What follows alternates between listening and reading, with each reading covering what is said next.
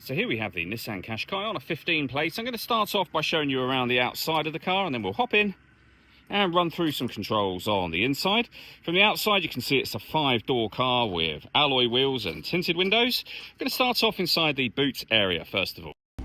As we approach the back of the car, you can see we have reversing sensors, plenty of boot space along with that 60/40 split folding rear seat should you wish to increase this space even further again. Okay, so we're just going to work our way back around to the front of the car.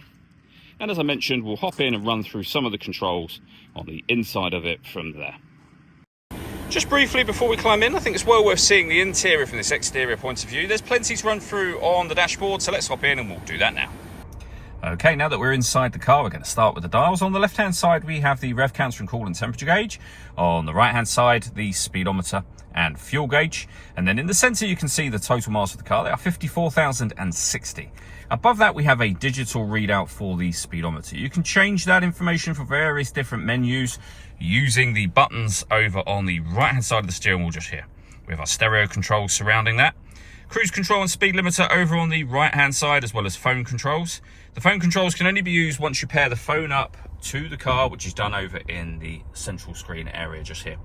You can also see we have Apple CarPlay available. If we go back to the main menu, you pair your phone under the phone heading, we can get traffic info.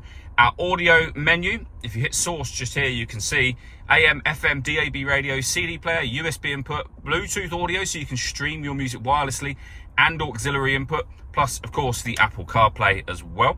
We have inbuilt satellite navigation, really nice clear color display. It's a very easy system to use, and on top of all of that, a 360 parking camera, so reversing camera and a bird's eye view image of exactly where the car is parked. If you wish to press the camera button, you get a front facing camera and the bird's eye view, or a front facing camera and the front passenger side wheel. This car is also able to parallel park and bay park itself. You can see just here, it will find a space that's big enough, it will give you instructions, and it will take control of the steering for you, as I say, for both parallel park just here and bay park.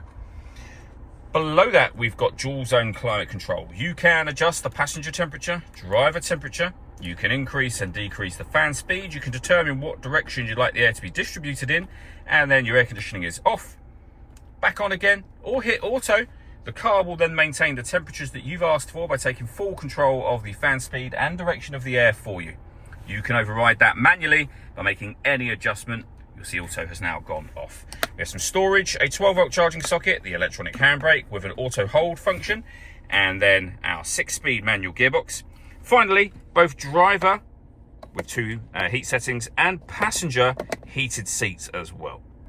The very last thing I wanted to show you is the panoramic glass roof. We have a button that will open that sunblind all the way to the back of the rear seats. The section of glass itself is fixed in position, but as you can see, that lets in a huge amount of extra light to the cabin area.